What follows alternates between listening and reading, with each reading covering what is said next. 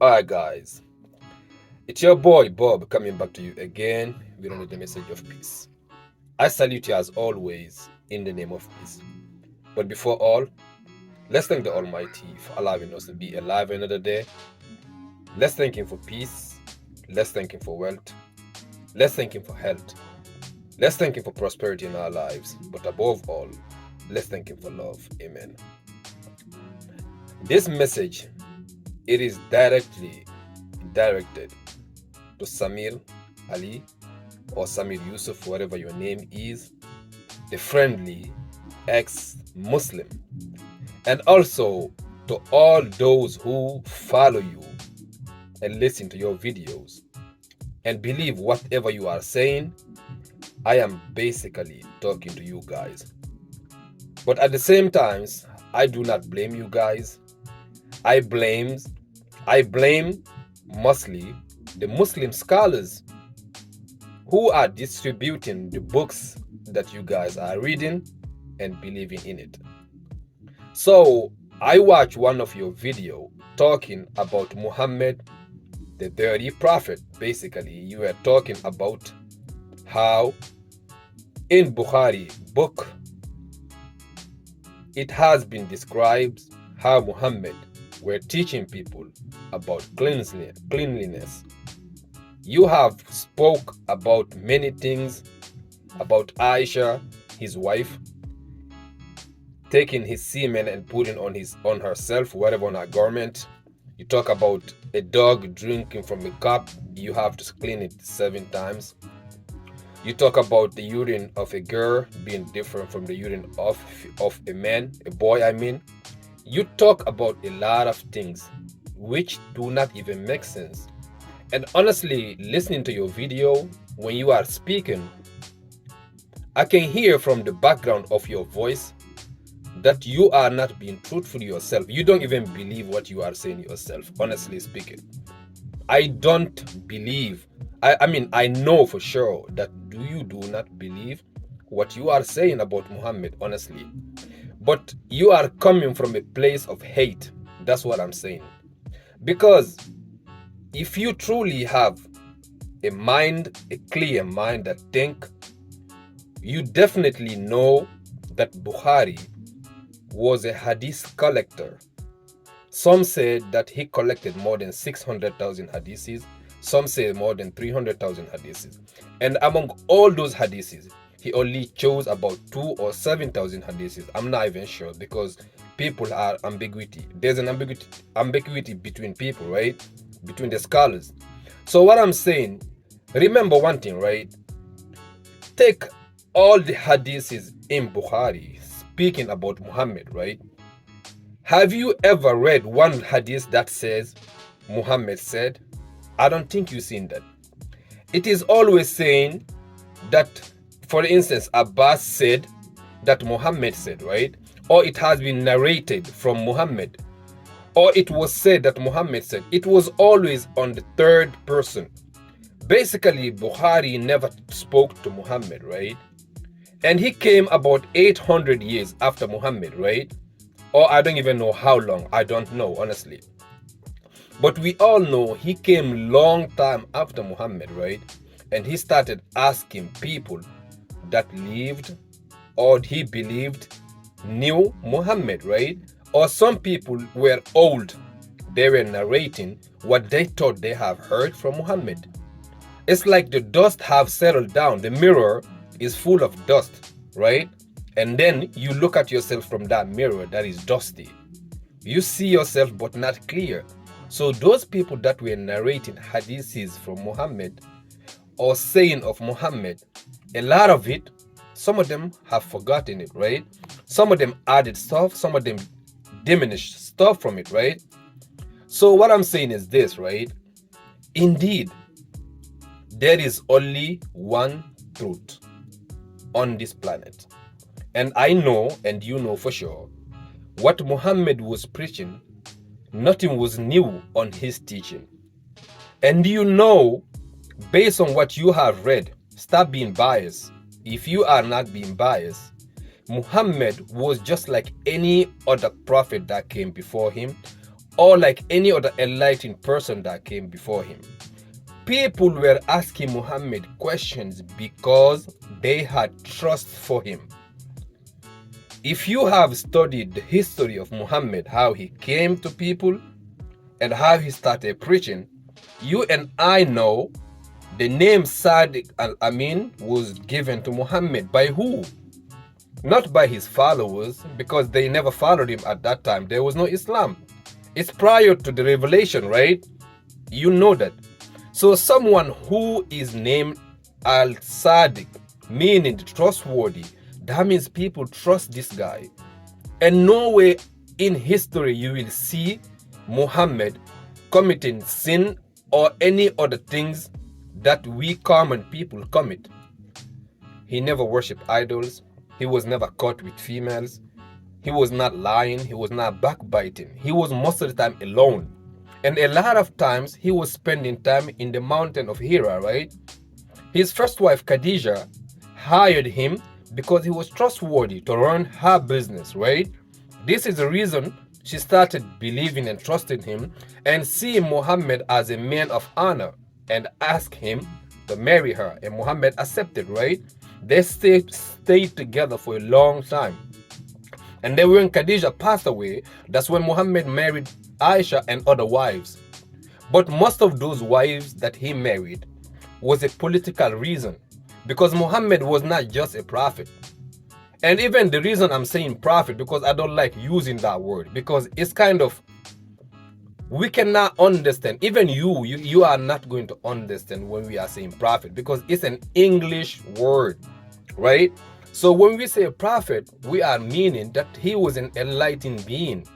Muhammad really understood himself. He worked on himself and people followed him.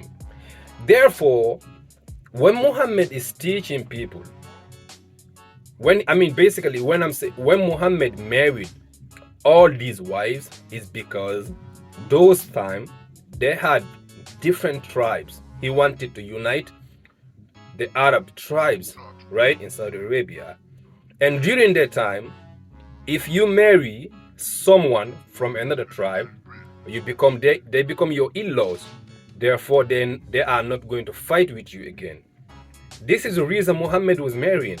And those times, even though he married more than 2 or 3 or 4, none of those people, leaders from the tribe, said anything against Muhammad.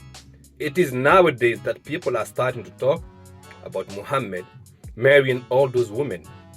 And to be honest with you, right, none of the Muslim people know what Muhammad was truly preaching or teaching.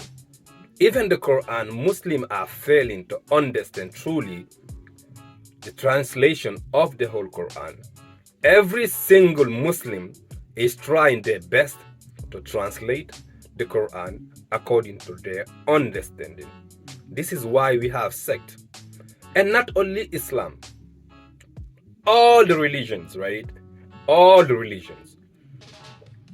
Every single religion that we know about, whether it's Christianity, whether it's Judaism, Hinduism, each one of those religions have different sects, because all of us have different minds. We will understand things differently. When Muhammad was alive, when he was teaching his companions, all of them have different understanding. That's why they were relating things differently. Take Abu Bakr, take Umar, take Usman, take Ali, take all of the other Sahabas, right? All the companions of the Prophet. When you sit them down, all of them, to relate one word that Muhammad spoke about, they will say differently, each one of them, because they understood him differently, because they had a different mindset. But out of the mouth of Muhammad, there's a hadith that says, Muhammad came to perfect people, character, and conduct. You always keep on talking about hadiths that trying to contradict the faith of Islam. This is what you have been doing all your videos. Basically, you are not being truthful. You are not mentioning hadiths of Muhammad helping someone. Why don't you narrate those hadiths to to your people that watches you, right? Why don't you narrate those hadiths? To your followers, try also to narrate hadiths like the person that pee on the bag and throw into Muhammad's house. And Muhammad went and saw that guy because that guy did not show up to throw feces in his house again, right? Muhammad went and ran this guy visit, right? And the guy ended up following Muhammad. Why don't you narrate those hadiths? Why don't you narrate a hadith of a guy that came to Muhammad and asked Muhammad, I want to follow you, but I do not want to pray or fast or do anything that you are teaching. Muhammad told that guy one thing: stop lying. That's all. Right? Muhammad never asked him to pray, never asked him to fast, never asked him to pray anything. All he said was just stop lying. Because I tell you one thing, right? Muhammad was a master. Someone who understood himself, where he came from. And he knew he was just a stranger here. He knew his purpose, and he started working on that and started teaching people. I mean, people started following Muhammad because he was a light. Just like Siddhartha the Buddha, right? They saw him like that and they started asking him questions. If you look at all the masters like Lao Tzu in the Middle East, all of those people, they did not go to people to teach them. People came to them to ask them questions. And they answer, and they used to answer to people because people trusted them, because they have clear mind, right? The Quran itself says that piety is not just that you face east or west, right? The Quran says that. The Quran says there is not compulsion in religion. The Quran says if you want, you believe; if you want, you disbelieve. You have a free will.